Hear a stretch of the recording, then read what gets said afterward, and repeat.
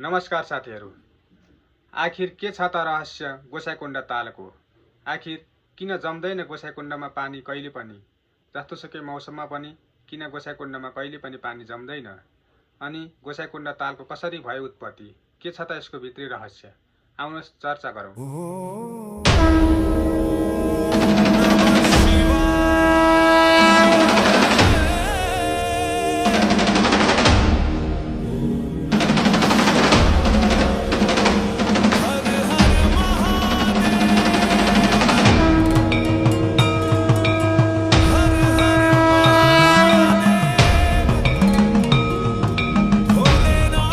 सृष्टि बचाउनका निम्ति भगवान महादेवले कालकुट विष सेवन गरे पश्चात उहाँको गलामा अत्याधिक जलन भएपछि कैलाश जाने क्रममा यसै स्थानमा आई त्रिशूलले ढुङ्गामा छेदन गरी जल उत्पन्न गरी उही जललाई सेवन गरी आफ्नो प्यास मेटाउनु भएको थियो भन्ने जनविश्वास रहिआएको छ।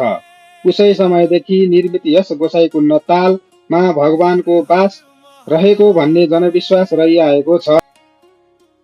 यस पवित्र तालको अर्को रोचक प्रसङ्ग के छ भने यति धेरै उचाइमा रहेर पनि यस तालमा कुनै पनि समयमा पानी जम्ने गरेको छैन।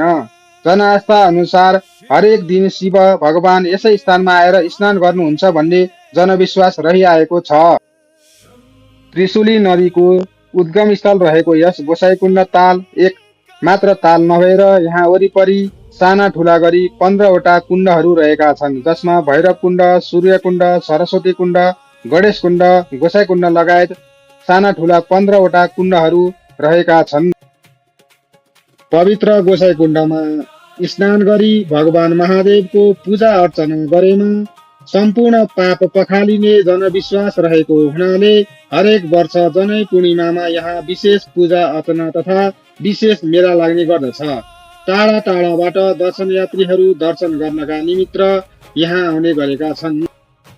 स्थानीय भनाइ अनुसार तालको मध्यभागमा भगवान महादेवको आकृति देखिएको र रातको समयमा पवित्र गोसाइँकुण्ड तालमा चन्द्रमा जस्तै टल्कने प्रत्यक्ष भगवान महादेवको आकृति टल्किएको अनुभूति भएको धेरै स्थानीयहरूले बताएका छन्। यद्यपि यी भनाइहरू वैज्ञानिक तवरबाट पुष्टि हुन भने बाँकी नै रहेको छ। पवित्र गोसाइँकुण्ड ताललाई धार्मिक रूपमा मात्र नभएर वैज्ञानिक रूपमा पनि प्रमाणित गरिएको छ कि यहाँको पानी एकदम स्वच्छ रहेको छ भन्ने आधारहरू फेला परेका छन्।